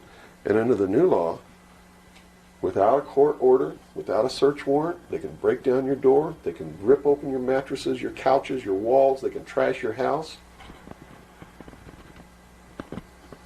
All in the name of the war on drugs.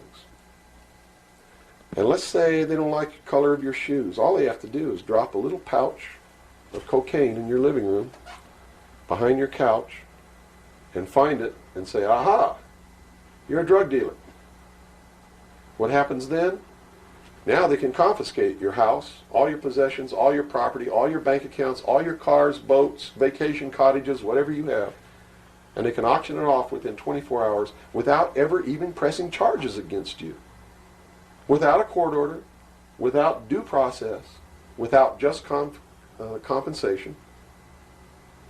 And there's not a damn thing that you can do about it. Not a damn thing. At least right now. At least right now. And the reason you can't do a damn thing about it is because you're the one who brought it about through your stupidity. You're mentally crippled. You're operating from a position of ignorance, apathy, abdication, irresponsibility. And we're losing our country, our freedoms, everything. Now, these are strong accusations of the American public. What do you hope to accomplish by angering the very audience that you want to watch and listen to you? Go prove me wrong. Go make me the idiot. In so doing, you're going to find out what the truth is, and maybe you'll wake your up. And if you do, maybe we can save our country. Because I don't really care at this point whether you get mad at me or not. My country's disappearing. My freedoms are disappearing. My daughter's going to live as a slave in the New World Order if you people don't wake up and help me. So, if I had a 2x4, literally, I would smack you upside the head with it. I don't care if you get mad at me. It's beyond that state. You know, I'm willing to put my life on the line. Why would I care if you get mad at me? Mm-hmm. You know? People say, well, don't you feel threatened? Don't you feel like your life is in danger? Are you kidding? You're the people who sent your sons and daughters to fight an illegal, immoral, unjustified war in the Middle East? And that didn't bother you a bit that they might have got killed over there? And you're worried that I might get hurt or killed? Right here, really defending my country? Really fighting in defense of the Constitution? Right. You brought up the Persian Gulf War. That's something that's still on a lot of people's minds.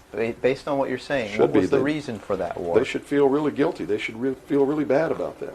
I mean, what about a Saddam Hussein that everyone seems to agree is you know, the evil man here, that we had the right to go in and punish, destroy, or whatever? Well, it's funny that the man who purported to want to destroy Saddam Hussein was the man who really built Saddam Hussein when he was in the Central Intelligence Agency.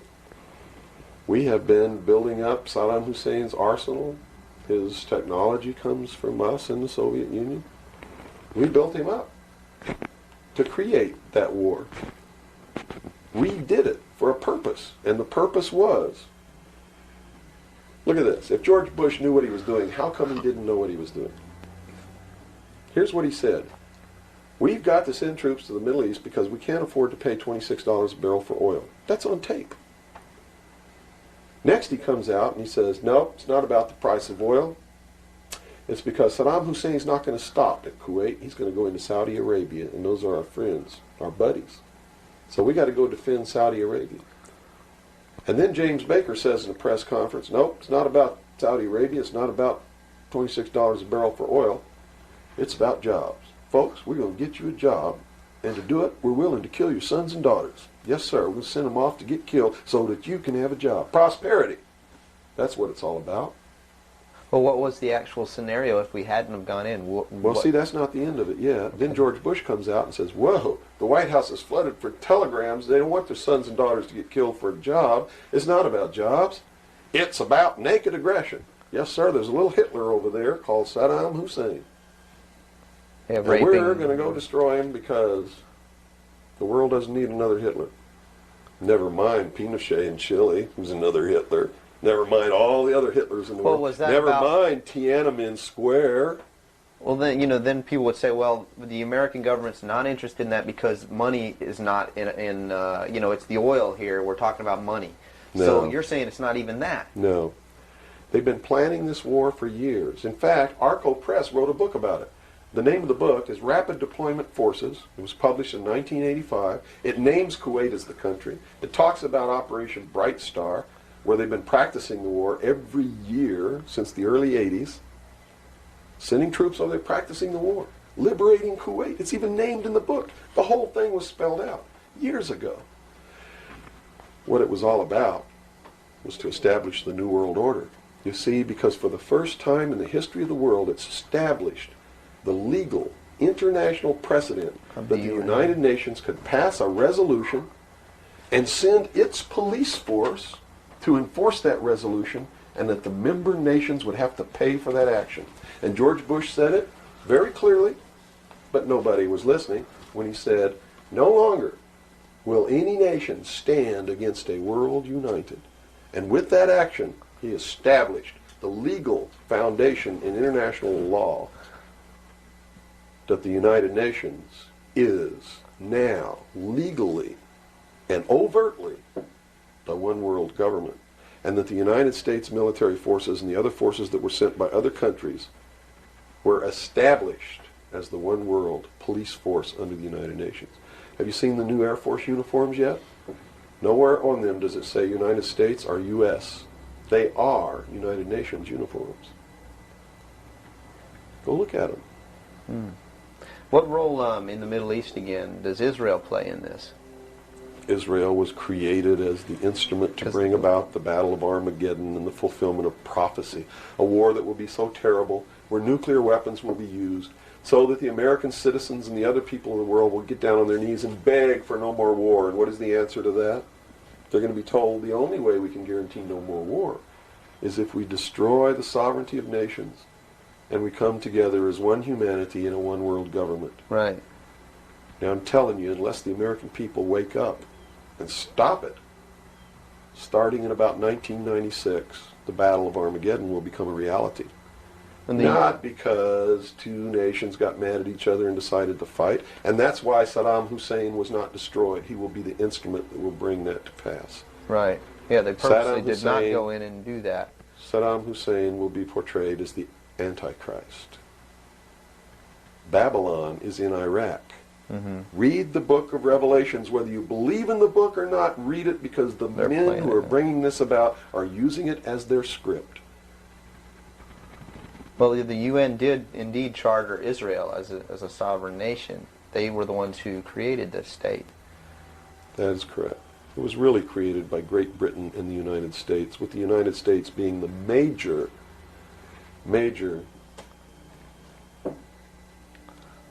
Would you- instigant.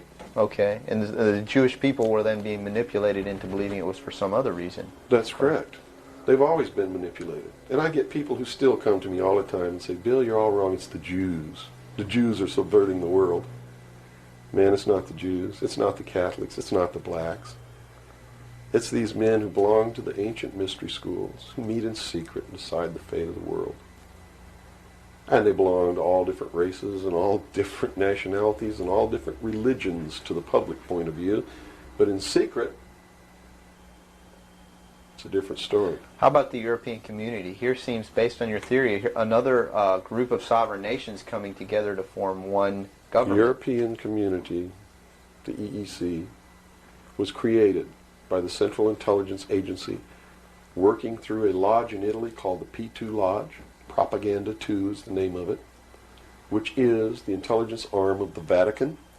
And Prince Bernhard, who is the leader of the secret World Council that controls these secret societies around the world, called the Bilderberg Group. And that's the truth of the matter. And well, during its creation, they just threw out Margaret Thatcher. She was really opposing this. Yes, she was, and that's why she got ousted. Okay. So did the Shah of Iran. So did Marcos. Anyone who opposes it gets ousted. That wasn't an overthrow of Marcos by the people in the Philippines. It was organized, instigated, and carried out by agents of the Central Intelligence Agency and the KGB. The overthrow of the Shah of Iran, our intelligence community is trying to tell us they didn't know anything about it. They didn't know what was happening. Bullshit. They organized it. They instigated it. They are the ones who caused it to come to pass. You see, because we didn't have a National Security Agency or a Central Intelligence Agency before the UN Participation Act was signed. And these organizations were created to bring about the one world government, the New World Order. And it had to be done in a manner that the people would not know that it was being done, and the only way they could do that was hide it behind the veil of national security. And the Cold War was a manipulation maintained to bleed the people of tax dollars to fund the creation of the police force of the New World Order, which is the Army, Navy, and Air Force and Marines of the United States and the Soviet Union. And the people didn't rise up in the Soviet Union and overthrow communism. It came from the top down because it had to be done. There has to be a bringing to the same level of all the peoples of the world to approximately the same political viewpoint, so there's not big disparity in order to be able to justify the merger of all these countries together. Well, who now is ruling the forces of the former Soviet Union? You have Yeltsin in now. Gorbachev supposedly went down, but we're not sure about that. Well, let me tell you this. From the beginning, there was never any war between the United States and the Soviet Union. It was created by those at the top to fund the New World Order and the New World Order's police force. At the highest levels of all countries, they all belong to the same club. And we, the people, sit back and we watch this grand drama which is being played out for our benefit, not theirs. If it wasn't for us, they wouldn't even have to do any of this. But you see, they just can't come out and destroy all of us because they need slaves. They need people to make their shoes and make their cars and mine the ore. They need worker bees, and that's what we are. In the New World Order, we will be the worker bees, the slaves. So the Orwellian view of the vision of the future wasn't too far off based on this scenario. George Orwell was just like me. He was a low-level member of British intelligence who was appointed to a position high enough where he saw the same documents that I saw. And he tried to warn the world just like I'm trying to warn the world, only he wasn't willing to take the risk that I'm willing to take. So he wrote it in a book called 1984 and spelled out exactly what's coming as a warning to the people of the world, as a work of fiction. But you notice that that work of fiction really stirred people up because they knew that it wasn't fiction. In their heart of hearts, everyone who's read that book knows that it's coming. It's a possibility. Most people won't recognize it overtly or publicly because then, if they recognize it, they have to be responsible to do something about it. And that's what every one of you have been resisting all your life, is being responsible to do something about it, to get involved. That's why you'll walk away from a girl being raped on the street by a gang of thugs rather than go and try to help her. And I'm not talking to all of you. I know there's some of you out there just like me. But most of you are just exactly what I've just described. Most people are no better than animals who do not have intelligence because they don't use their intelligence. And to these men who control things behind the scenes, you are stakes on the table by choice and consent, and will always be ruled and manipulated and enslaved by people who do use their brains. As long as we're debunking some myths, because it's putting pieces of this puzzle together, I think, for a lot of people that may be watching. The hostage situation in Iran that got Carter out of office, is this another orchestration? And if so, how does it fit into the October surprise is no myth. There was a deal made. There was a deal made at the highest levels to keep the hostages until after Reagan was elected. Do you really believe that it was an accident? That it was a coincidence that 30 minutes after Ronald Reagan was sworn in, took his oath of office, the hostages were released? Did they want Carter out? Are you really that naive? I can't believe it. Did they want Carter out? Yes, they wanted Carter out. They wanted Carter out. He wouldn't play by the rules? Or what was I don't know why they wanted him out, but they wanted him out. Carter was ineffective. He did not have the support of all the American people. They need people who can manipulate the American people so that they have their support. My message is to you is don't support anybody unless they're doing what we know to be right. Don't believe them. Don't fall for the manipulations. Double check everything they say.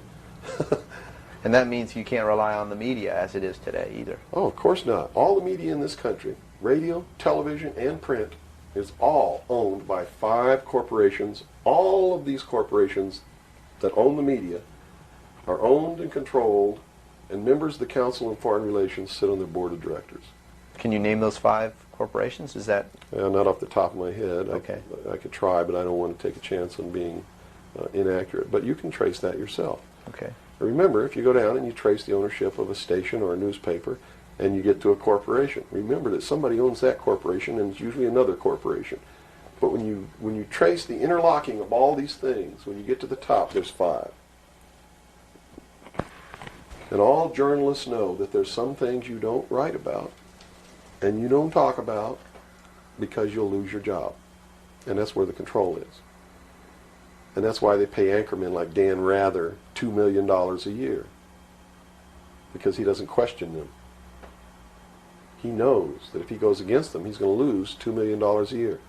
Do you think a man that looks pretty and sits in front of a TV camera for the 6 o'clock news is worth $2 million a year? No way. I don't care how long he works and I don't care what he does. There is no job worth $2 million a year. That's why they pay athletes these fantastic salaries. I was listening to the radio the other day. They just contracted to pay one player on one team $6 million a year. Can you believe this? And why is that?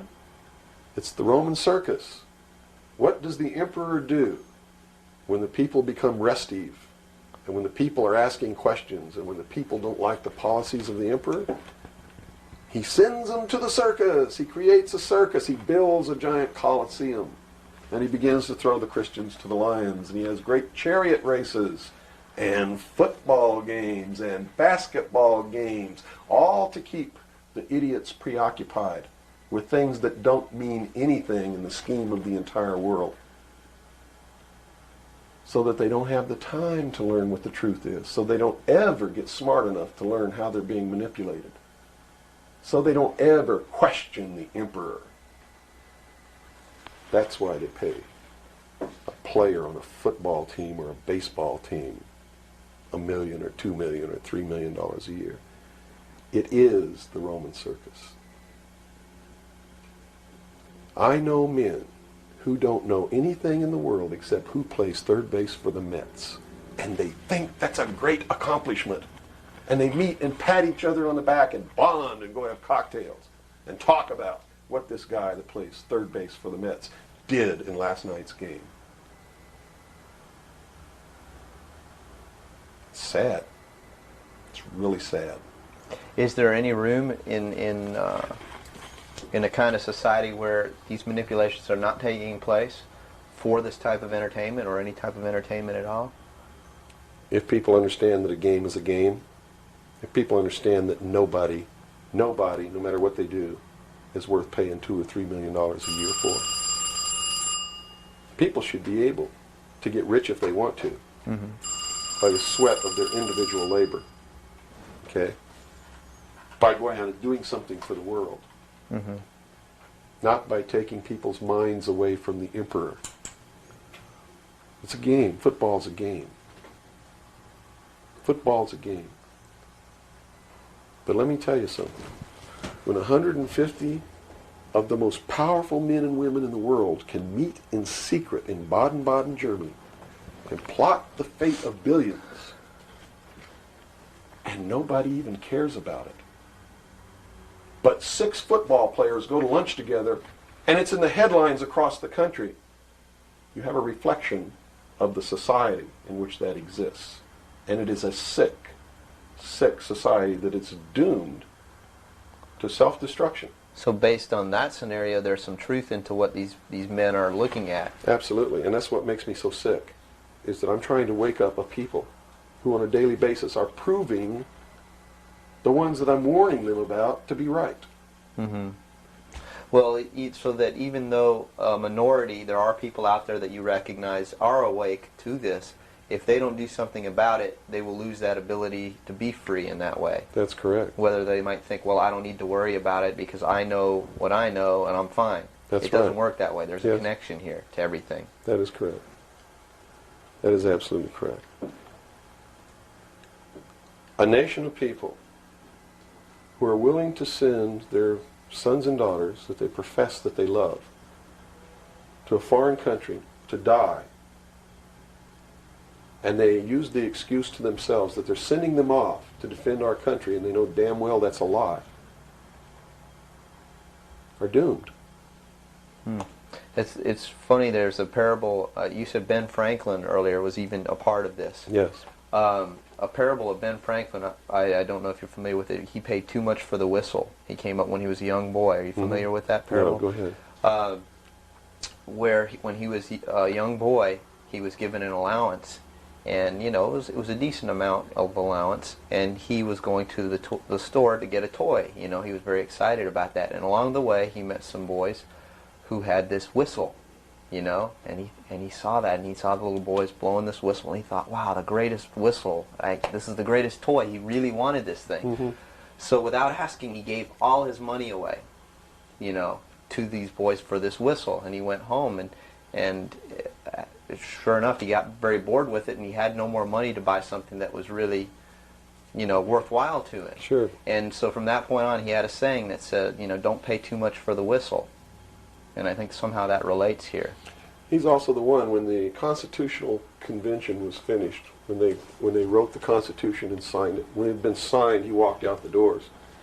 Someone outside, I forget who it was, I believe it was a reporter for one of the newspapers in the 13 colonies, asked him, he said, what have you wrought, Ben?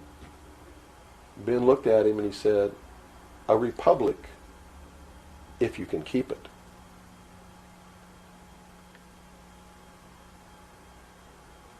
He knew. He did. And that's a good place to end. Yeah, I think so. That's a great ending. Wow. Good job, guys. All right, Bill? Bill. Yo. Fantastic. Good. Thanks, Bill. Where's your towel? Right there. About ready to These lights are roasting me. Man. kill. I've already had my son. I'm ready for a bath.